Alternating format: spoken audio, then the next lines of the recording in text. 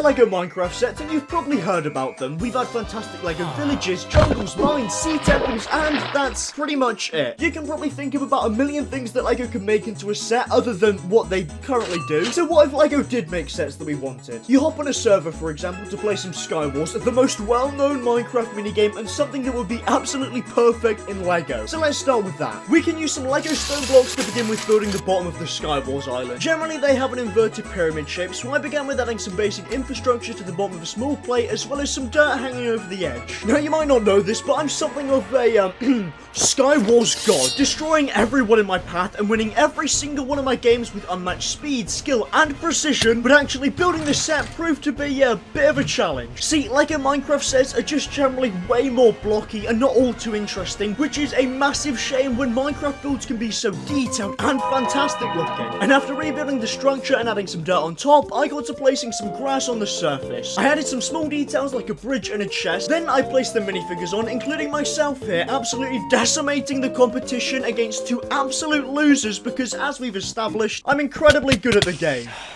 Brilliant. Now, not only do we never get sets from servers, which would sell incredibly well, but LEGO just decides to always make a million nether sets. The nether portal, bastion, fortress, forest, fight, railway, world, jewel, but literally like only 3 end sets. Now, the end's an incredibly rich and vast environment with tons of end stone, weird purple things, more end stone, and oh my god, the end city. One of the most iconic and needed LEGO Minecraft sets imaginable. This thing is a staple of the game. You travel for hours in the vast nothingness of the end until you find one of these. You make your way up slowly, battling shulkers and floating hundreds of blocks into the air and using all of your resources to literally get one pair of elytra. But because LEGO literally doesn't make any end sets, I don't have any of the parts, but using online softwares, I was able to upload whatever bricks I needed and get to work. But before that, I'd like to thank today's sponsor, World of Warship. Now, before you skip, this is literally a free-to-play game which is also available on PC. There's over 40 unique maps with weather and water that makes it basically indistinguishable from real life, and if you like ships,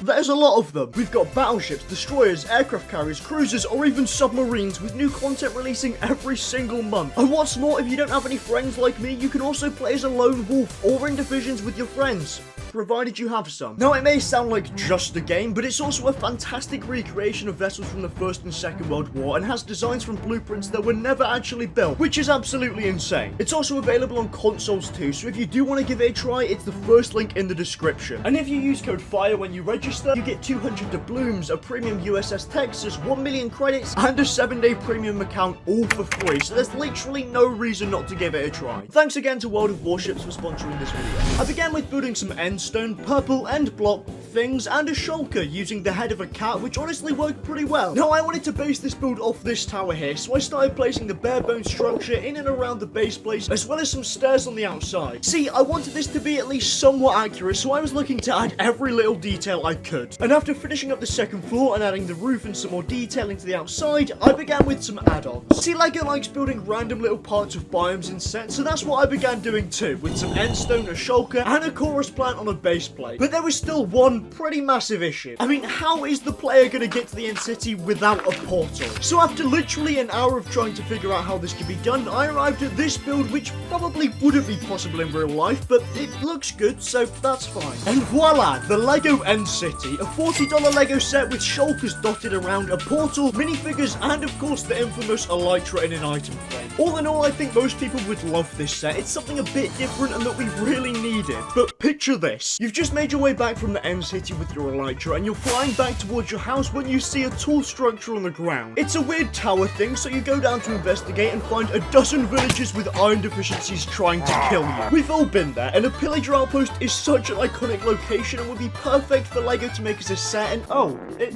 does exist. The Pillager Outpost is arguably the worst LEGO Minecraft set, with a small camp, some pumpkins, and a tiny build of a cage, but not actually the outpost itself. Now, if I'm going to build this set, I'm going to need somebody who's incredibly brave apart and ready to take on the task. So meet Gavin, the ultimate PvPer and someone who can actually survive this set because these things are dangerous. I mean, they're swarming with mobs who are trying to kill you so that they can protect the chest housing unimaginable treasures. So I began with setting out the basic ground structure as well as creating some custom Lego cobblestone courtesy of my friend Sacred Bricks. I wanted this set to be reasonably big and somewhat to minifigure scale because Lego quite likes to just downscale every Minecraft set so it's more affordable. But honestly, the inclusion of Gavin in this would make it sell incredibly well anyway, so that's not an issue. I then started making good progress on the second floor, which is higher than the first with an arch, but also includes the iconic Pillager banners. But Lego has never made one of these, so I was forced to open up Photoshop and get designing a custom one, using the Lego color palette and placing it onto a 2x4 tile, which looked pretty good. Now these outposts are a challenge even for Gavin, having to fight dozens of pillagers and actually climb the massive tower, but it's all worth it to get what the top floor houses because